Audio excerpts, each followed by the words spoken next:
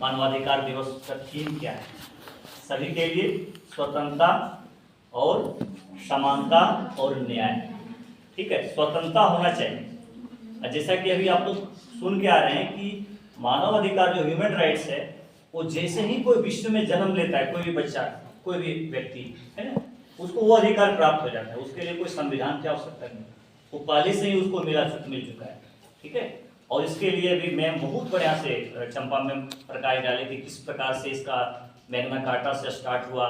फिर आप लोग फ्रांस के फ्रेंच रेवोल्यूशन पढ़ते हैं, वहाँ से उभर के सामने आया स्वतंत्रता, समानता और बंधुत्व। हमारी संविधान का भी, जैसे हमारा जो कॉन्स्टिट्यूशन, और कॉन्स्टिट्यूशन जो है वो विभिन्न संविधानों के स्रोत से लिया गया। उसमें स्वतंत्रता, समानता, जो बंधुत्व है, ये चीज जो है सो फ्रांस के संविधान से लिया गया। ठीक है, और जैसा कि अभी मैम भी बताए कि 10 दिसंबर 1948 को इसकी घोषणा हो गई और भारत में भी राष्ट्रीय मानवाधिकार आयोग का गठन किया गया, अभी भी है।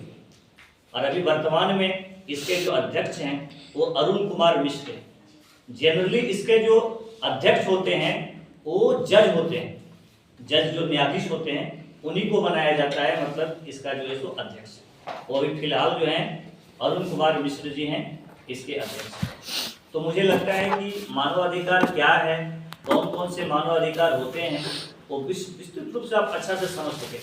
एक पॉजिटिव चीज जो मुझे देखने को मिला अभी इस तरह के कार्यक्रम में, वो जब से हम लोग मना रहे हैं, बच्चों में उत्साह देखने को मिल रहा है। जो बच्चों में डर रहता था अपने से बोलने का, वो मुझे लगा कि अभी जो हम लोग कर रहे थे, बहुत सारे स्टूडेंट्स जो है खुद से बोले, खुद से बोलने का प्रयास किए। ये बहुत बड़ी चीज है।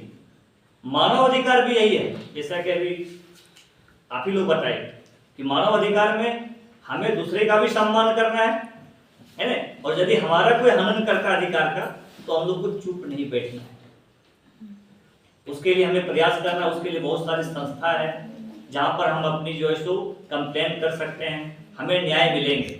इसीलिए तो इतना आयोग है, इतना न्यायालय है। यदि हमारे साथ किसी कोई लोग अन्याय कर रहा है और हम यदि चुपचाप सह रहे हैं तो फिर हमको न्याय नहीं मिलेगा। इसी के लिए तो अभिव्यक्ति की स्वतंत्रता है।